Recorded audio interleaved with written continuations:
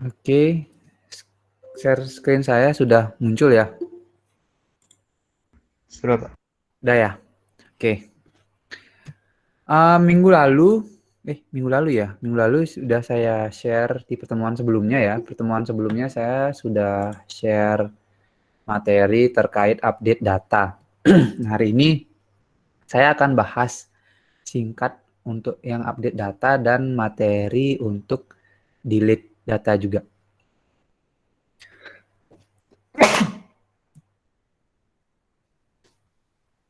Oke.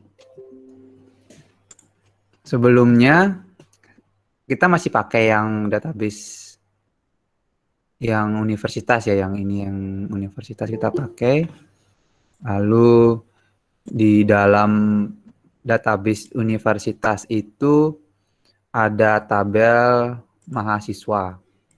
Ya, jadi kalau kita lihat isi dari tabelnya, misalnya saya ingin tampilkan semua data yang ada di tabel mahasiswa.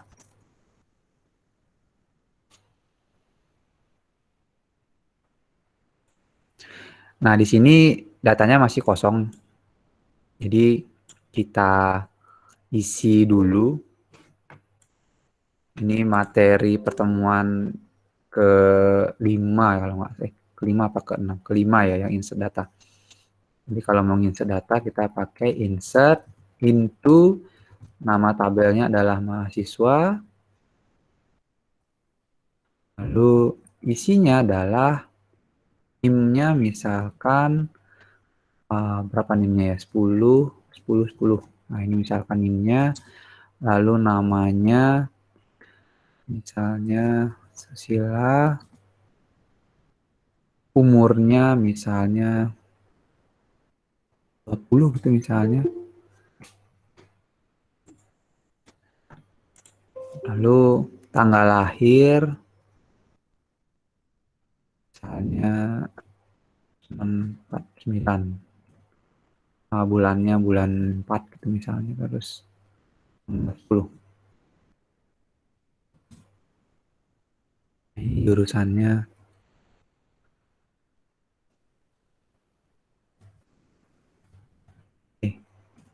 Yang perlu diperhatikan adalah ini kadang lupa bagi teman-teman. Jadi kalau misalkan teks atau karakter itu pakai tanda petik yang satu ya. Kalau bilangannya integer atau bilangannya number, desimal, itu nggak perlu pakai tanda petik. Jadi pakainya seperti ini, langsung aja tulis. Jadi ini coba kita insert. Nah, ini sudah mau. Lalu kita coba select. Coba select datanya. Ini udah ada ya. Udah masuk. Kita coba insert lagi. Mungkin lagi deh. Yang NIM-nya 11.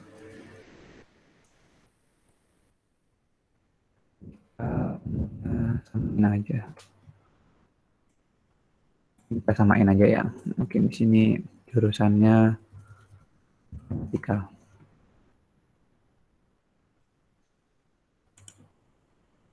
Oke, kita coba select. Nah, ini udah masuk. Nah, sekarang kita masuk ke materinya, yaitu untuk mengupdate data. Prinsipnya, ketika kita ingin mengupdate data, maka yang diupdate adalah kolomnya yang mana. Ini kolom ya, jadi tolong dibedakan. Ini kolom NIM, kolom nama, kolom umur, kolom tempat lahir, dan kolom jurusan. Jadi tolong diingat, konsepnya adalah dalam database itu ada kolom, ada baris. Kolom, ini kolom, NIM, nama, umur, ada baris. Ini baris ya, ini satu baris. Kalau kita ingin mengubah data, misalnya saya ingin mengubah data umur, saya ingin mengubah data di baris ini di kolom umur, berarti kan yang ini. Berarti kalau kita ingin mengubah umurnya ini 20 misalkan jadi 21, berarti saya ngubah kolom umur di baris 1. Itu prinsipnya. Berarti kalau saya ingin mengubah tempat lahirnya si Susila ini, berarti saya ingin mengubah kolomnya tempat lahir baris ke 1. Kayak gitu ya. Nah, di sini adalah untuk menentukan dia baris ke berapa, baris ke 1, baris kedua, dan baris ketiga, dan seterusnya. Disinilah dia peran dari primary key. Kenapa di sini peran pentingnya ada di primary key? Jadi, kita bisa menentukan dia baris keberapa, misalnya primary key-nya adalah 10, 10, 10, ini berarti dia di baris pertama. Karena primary key itu sudah pasti berbeda. Itu yang pertama, cara menentukannya. Ya, misal, contohnya begini. Jadi, query untuk mengupdate data adalah, pertama, update. Nama tabelnya adalah mahasiswa. Ya. Set.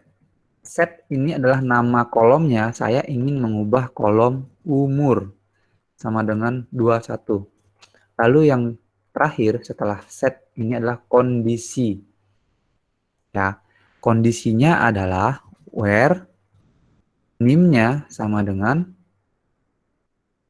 10, 10, 10, 10. Jadi di sini saya memerintahkan si MySQL ini untuk mengupdate tabel mahasiswa. Tolong dong update tabel mahasiswa. Set umurnya menjadi 21 yang NIM-nya adalah 10, 10, 10. Ini kan sudah karena dia primary key sudah pasti berbeda antara baris satu dengan yang baris yang lainnya. Jadi gampangnya kita ngubahnya pakai primary key. Nah, ini kalau kita jalankan. Nah, ini query-nya sudah sukses. Ini ya, satu sukses. Kalau kita coba lihat di sini, jalankan lagi. Nah, ini udah berubah 21. Itu untuk yang update data. Lalu ada kondisi, Pak, gimana kalau saya ingin mengubah 2 kolom gitu misalnya. Saya ingin mengubah kolom umurnya itu jadi 21, lalu kolom namanya saya ubah jadi Budi gitu misalnya. Di sini tetap ya update mahasiswa, set umurnya, jadi kolom umur sama dengan 21, dipisahkan dengan tanda koma. Kolom nama sama dengan Budi, contohnya seperti ini. Jadi di sini saya memerintahkan, tolong dong ubah tabel mahasiswa, lalu set nilai umurnya sama dengan 21, dan set nilai namanya sama dengan Budi, yang NIM-nya itu sama dengan 10, 10, 10, 10. Jadi di sini kita coba jalankan. Nah, tadi 21 umurnya ya, kita coba 23 deh ya, biar ada kelihatan berbeda. Nah, ini berhasil, lalu kita coba select. Nah, ini sudah berubah. Jadi, di baris ini, dia akan berubah yang kolom nama dan kolom umurnya. Oke, sampai di sana ada yang ingin ditanyakan dulu? Untuk yang ubah data.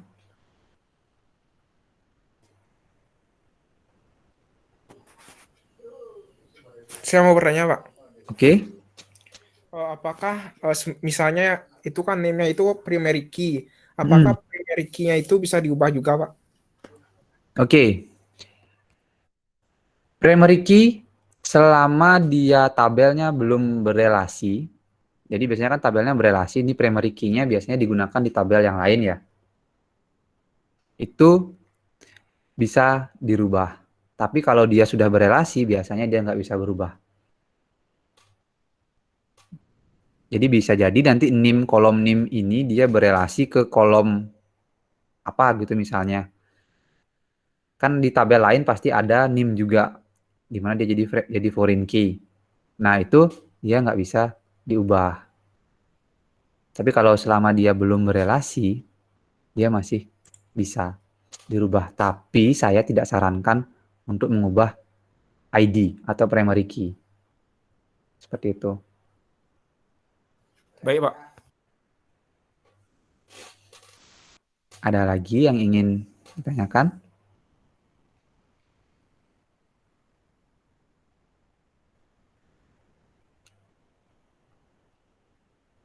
Oke, kita lanjut ya. Nah, contoh lain lagi, misalnya di sini saya coba insert lagi ya. Satu lagi, misalkan di sini namanya, saya kasih umurnya 20 deh juga.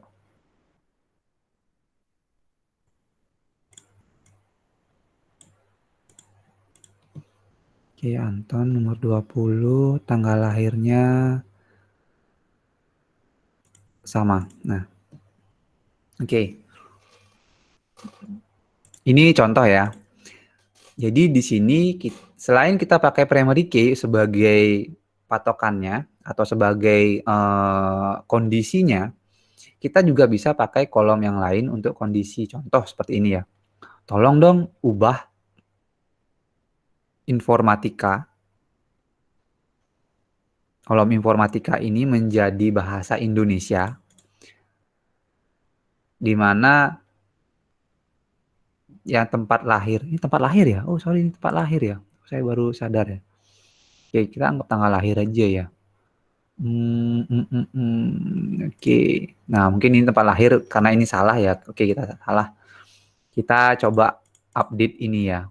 Berarti di sini misalnya saya pengen ngupdate tempat lahirnya sama dengan ini Tabanan. Nah, ini. Jadi di sini saya ingin mencontohkan misalnya seperti ini. Saya ingin mengubah tempat lahirnya Tabanan yang umurnya 20. Itu misalnya. Jadi kalau kita misalkan kondisinya adalah umurnya 20, maka kita nggak tahu primary key-nya yang mana ya. Kita nggak tahu primary key-nya, kita taunya tolong dong ubah tempat lahirnya si si Handika yang umurnya 20 gitu misalnya. Jadi di sini ada dua kondisi nih. Mungkin biar lebih jelas kayak gini aja ya. Biar ada perbandingan Handika 21.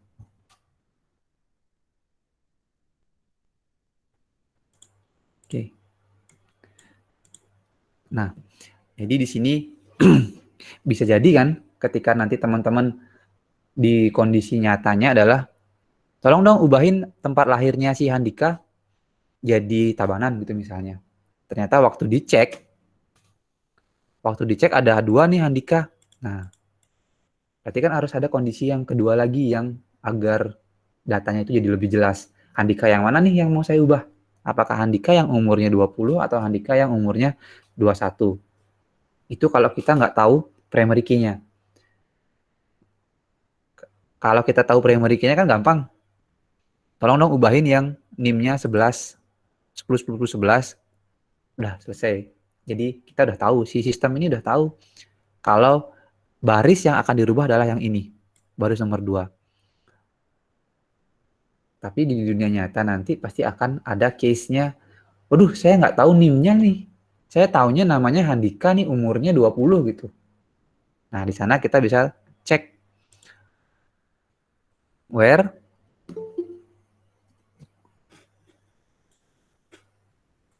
nama sama dengan Handika N. Jadi kalau kondisinya ada 2, itu dipisahkan dengan N. Beda tadi dengan kolomnya. Kalau kolomnya ada 2, dipisahkan dengan koma. Jadi sini, tolong dong update datanya mahasiswa. Itu tanggal lahirnya ganti jadi Tabanan. Yang namanya sama dengan Handika N. Umurnya itu sama dengan 20. Jadi si sistemnya ini udah tahu nih yang namanya Handika dan umurnya 20, berarti baris yang kedua ini yang akan dirubah. Lalu kita jalankan. Ini udah sukses. Nah, di sini kita cek. Nah, ini tabanan. Jadi seperti itu model bentuk dari query. Nah, ini kondisi ini bisa banyak. Nanti teman-teman bisa where namanya sama dengan ini, umurnya sama dengan ini. Kalau nanti kolomnya ada banyak ya where-nya n-nya itu ada banyak. N kayak gitu. Ya. Kondisi ini itu juga berlaku ketika kalian menggunakan select. Jadi penggunaan kondisi ini juga bisa teman-teman gunakan pada saat kalian menampilkan data. Contoh, saya ingin menampilkan data yang namanya Handika yang umurnya 20. Berarti di sini saya ingin menampilkan where namanya sama dengan Handika and umurnya sama dengan 20. Jadi seperti ini. Akan muncul datanya si Handika yang umurnya 20. Kayak gitu ya. Jadi where ini bisa teman-teman gunakan untuk menampilkan data. Ya. Where ini bisa banyak. Ya, where ini bukan hanya pakai sama dengan ya. Jadi where ini teman-teman bisa sama dengan, lalu bisa pakai lebih dari, biasanya tolong dong tampilkan umur mahasiswa yang lebih dari 19. Berarti dia akan menampilkan semua data yang umurnya itu lebih dari 19. Bisa juga kurang dari, ditampilkan yang umurnya kurang dari 20, kurang dari 10 gitu misalnya. Atau lebih dari sama dengan, ya ini operator logika sama seperti operator di pemrograman ya. Kurang dari sama dengan tuh. Dan biasanya yang paling sering dipakai adalah like. Nah, like ini apa sih fungsinya? Akan seperti ini. Saya kasih contoh like itu adalah kalau kita pakai oke, sorry. Nah, ini ya. Blok. Oke, mungkin di sini saya kasih contoh satu lagi. Handi gitu mungkin ya. Handi. Di sini oke. Pasar. Lalu satu lagi mungkin ya Andi. Andi. Nah, ini aja.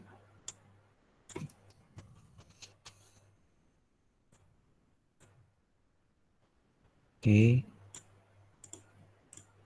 Andi, Handika. Oke. Nah, di sini saya akan contohkan penggunaan dari like. Yang ini ya, yang like. Jadi like itu adalah di dalamnya mengandung. Jadi di dalamnya mengandung kata apa? Contoh, saya ingin menampilkan semua mahasiswa. Saya ingin menampilkan data mahasiswa where nama like ini. Penggunaan like itu biasanya digabungkan dengan persen.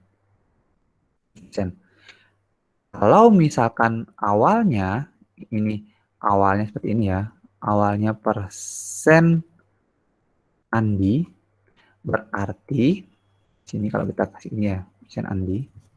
Kalau ini kita jalankan, nah ini artinya tolong tampilkan data yang di belakangnya, jadi ini adalah bebas, tapi dia di belakangnya mengandung Andi. Jadi diakhiri oleh Andi. Itu kalau persennya di depan. Oke, kalau persennya di belakang, berarti dia diawali oleh Andi. Ini harusnya ada nggak ya? Nah, diawali oleh Andi. Kalau persennya ada 2, berarti di dalamnya entah itu diawali oleh Andi atau diakhiri oleh Andi, ataupun di dalamnya mengandung Andi. Kalau ini kita jalankan, nah ini kan ada nih, Andi masuk, Andi diakhiri masuk, dan awali oleh Andi juga masuk. Kayak gitu. Ya, jadi sekali lagi, fungsi like atau kata kondisi like itu biasanya digunakan pada saat proses, mungkin teman-teman kalau membuat sebuah aplikasi itu pada saat pencarian. Jadi pencarian nama, like itu akan sering dipakai. Saya ingin mencari, mungkin saya lupa namanya tapi ada Andinya gitu. Nah, itu berarti teman-teman bisa pakai like. Mau diawali oleh like, sorry. Kalau mau diawali oleh Andi, berarti persennya ada di belakang. Kalau diakhiri oleh Andi, berarti persennya ada di depan. Kalau ingin semua, misalkan saya ingin mengandung di depan atau di belakang, boleh. Berarti persennya ada 2. Seperti ini. Itu ya. Dari sini ada yang ingin ditanyakan dulu untuk kondisi. Karena ini akan sering banget teman-teman pakai nanti ketika teman-teman jadi membuat sistem ataupun jadi database administrator. Query-query kondisi ini akan sering dipakai. Ada yang ingin ditanyakan dulu sebelum saya lanjutkan?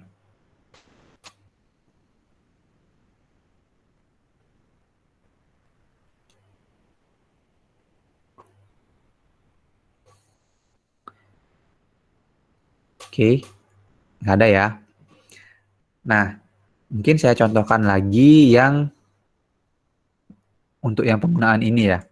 Penggunaan kondisi yang number. Contoh misalkan saya update dulu di sini. Oke. Ini saya update 10 coba.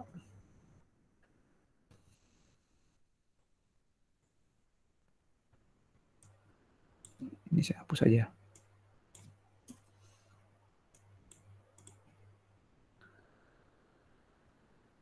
Loh, nggak ada dia. Oh, salah, sorry. Ini saya.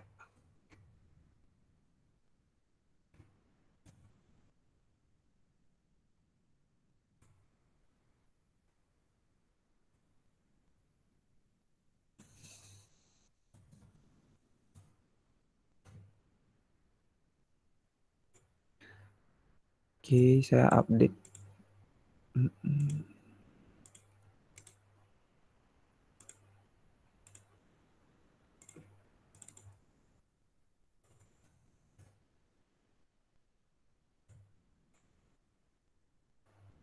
Duh, salah ya. Oh, enggak.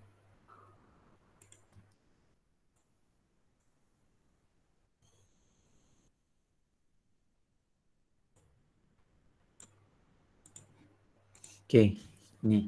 Jadi saya coba contohkan penggunaan dari lebih besar, kurang dari, lebih besar sama dengan, dan kurang dari sama dengan. Kalau yang lebih besar dari, misalnya di sini where umurnya sama dengan, lebih besar dari 17. Ada nggak? Oh, nggak ada. Ini berarti saya ubah 1 ya. Oh, tadi name-nya kayaknya berubah ya. Oke.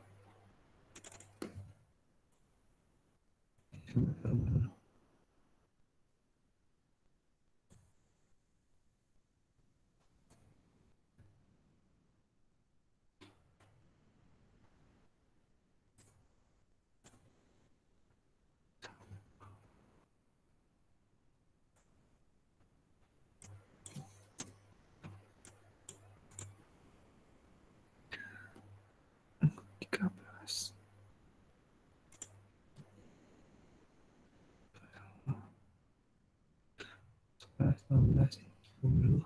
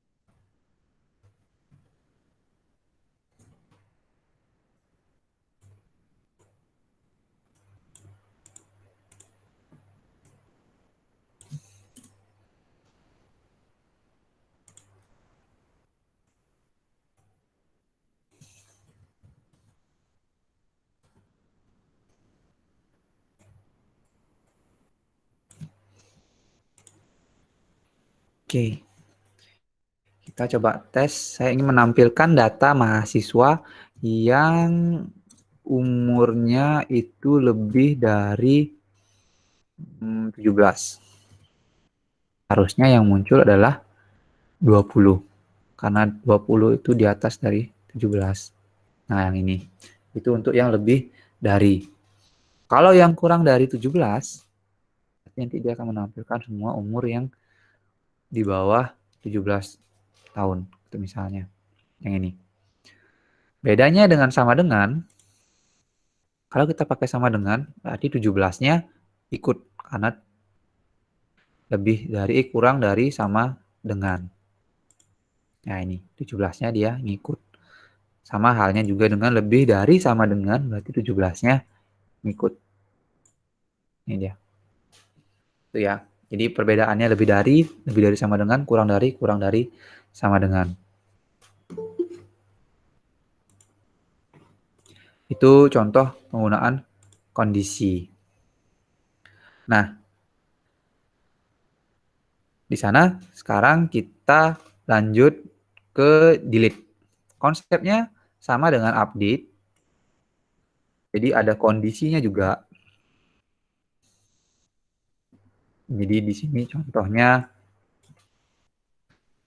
saya ingin menghapus data yang NIM-nya sama dengan berapa ini? 10, 10, 10, 14 gitu misalnya ya. Query-nya adalah delete from mahasiswa where NIM-nya itu sama dengan, tolong dong delete tabel mahasiswa, delete data di tabel mahasiswa yang NIM-nya adalah 10, 10, 10, 14. Kita jalankan. Oke, sukses. Kita select lagi. Nah, udah hilang. Itu untuk yang delete. Kondisi-kondisi yang lain juga bisa kita gunakan. Misalnya, tolong dong delete data yang umurnya lebih dari 15 gitu misalnya. Berarti di sini saya buat where umur lebih dari 15. Jadi dia akan menghapus semua data yang umurnya di atas 15. Oke, berhasil. Kalau kita select, nah di sini dia akan sisakan datanya yang 15 tahun ke bawah. Sama 15-nya ya, karena di sini kita kondisinya adalah lebih dari 15, jadi 15-nya itu nggak ikut. Kayak gitu. Itu untuk yang delete data. Jadi, saya ulangi lagi. Untuk update ini adalah nama tabelnya. Lalu set umur ini adalah nama kolom yang ingin kita update. Kalau kita ingin update banyak kolom, kita bisa pakai koma. Misalnya di sini juga nama sama dengan Santi misalnya. Jadi kalau ada kolomnya banyak berarti dipisahkan oleh koma, koma lagi, koma, koma kayak gitu. Where ini adalah kondisinya. Kalau kondisinya ada banyak, kita pisahkan pakai n, bukan koma ya. Jadi kalau kolomnya ada banyak, dipisahkan dengan koma. Kalau kondisinya ada banyak, kita pakainya adalah n. Itu untuk yang update. Lalu untuk yang delete data, itu delete from. Biasanya ini yang sering terjadi salah. Update tidak pakai from, delete itu pakai from. Delete from mahasiswa, ini tabelnya, where umurnya adalah lebih dari 15. Ini adalah kondisinya. Jadi semua kondisi yang tadi itu teman-teman bisa pakai yang lebih sama dengan, lalu ada lebih dari, kurang dari, lebih dari sama dengan, kurang dari sama dengan, sama like. Ini semua teman-teman bisa pakai di delete data ataupun teman-teman mengubah data atau juga mau select. Jadi seperti itu konsep untuk ubah dan hapus. Oke, jadi sampai di sini materinya sudah sampai insert, teman-teman sudah bisa menambah data, lalu mengubah data, dan menghapus data. Lalu juga ada menampilkan data dengan berbagai macam kondisinya. Sampai di sini ada yang ingin ditanyakan? Atau mungkin ada yang masih belum jelas dari penjelasan saya tadi?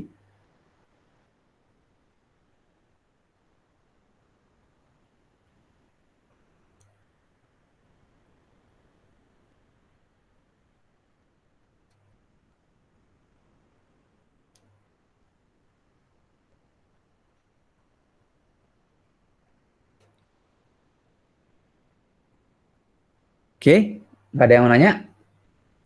Kalau tidak ada yang bertanya, berarti kita bisa akhiri untuk live session hari ini. Silahkan teman-teman, kalau nanti mungkin ada yang ingin ditanyakan selanjutnya, silahkan bisa via chat, atau mungkin nanti ini videonya saya share. Ini ada yang nanya kah? Oh, nggak ada.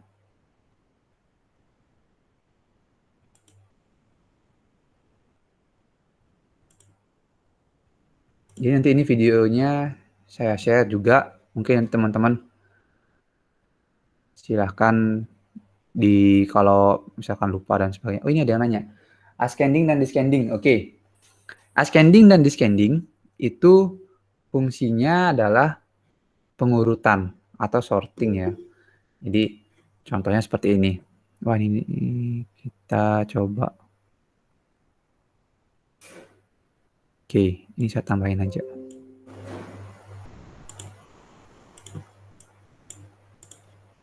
Nah, ini ya. Jadi ascending dan descending itu fungsinya adalah pengurutan. Ascending itu yang kecil ke besar, kalau nggak salah ya. Kita coba. Jadi misalkan di sini kita pakai ascending. Oops. Oh, sorry. Order by umur. Jadi kalau kalian mau ngurutin, saya misalkan mau mengurutkan datanya,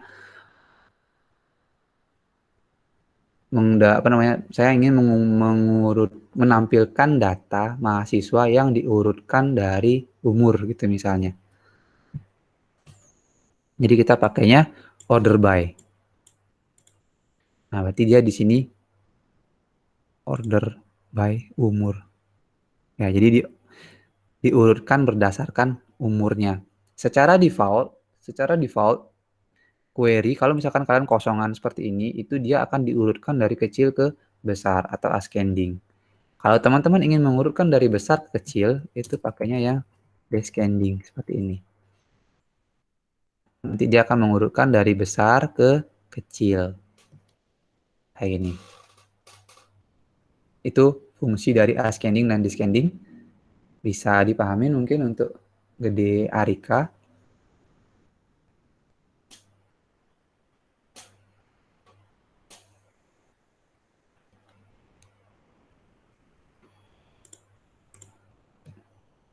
Oke, ada lagi yang ingin ditanyakan? Nah, mungkin order by ini posisinya di mana gitu ya, karena nanti ada banyak. Order by ini posisinya dia setelah where. Jadi kalau teman-teman nanti misalkan ada where, berarti di sini where jurusannya sama dengan informatika. Nah, order by itu letaknya di setelah where ya.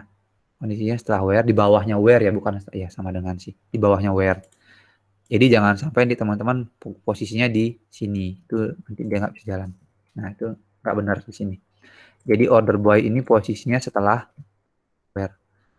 Jadi di sini saya memerintahkan si MySQL tolong tampilkan data mahasiswa yang jurusannya adalah informatika diurutkan berdasarkan umur dari besar ke kecil kayak gitu ya. Nih kita coba. Nah ini. Jadi dia akan mengambil data si mahasiswa ini yang jurusan adalah informatika dan umurnya itu sudah diurutkan dari besar ke kecil.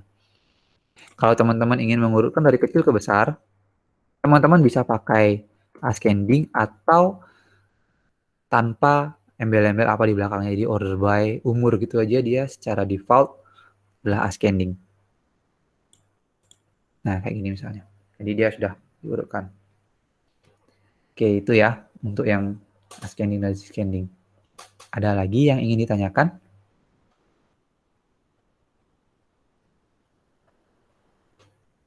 Oke, ada nanya lagi, apakah order by itu bersama dengan group by? Itu berbeda. Ya, jadi group by itu akan kita bahas minggu depan. Tapi nanti kalau ada teman-teman yang ingin stay dulu di sini untuk dibahas lagi, silahkan. Setelah ini kita bahas lagi untuk yang group by. Untuk yang mungkin ada yang nanya.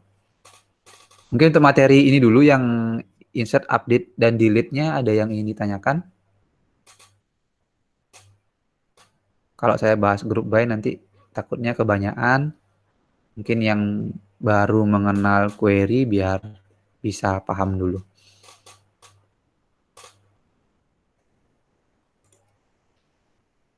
Oke. Yang insert, update, delete mungkin ada yang ingin ditanyakan dulu?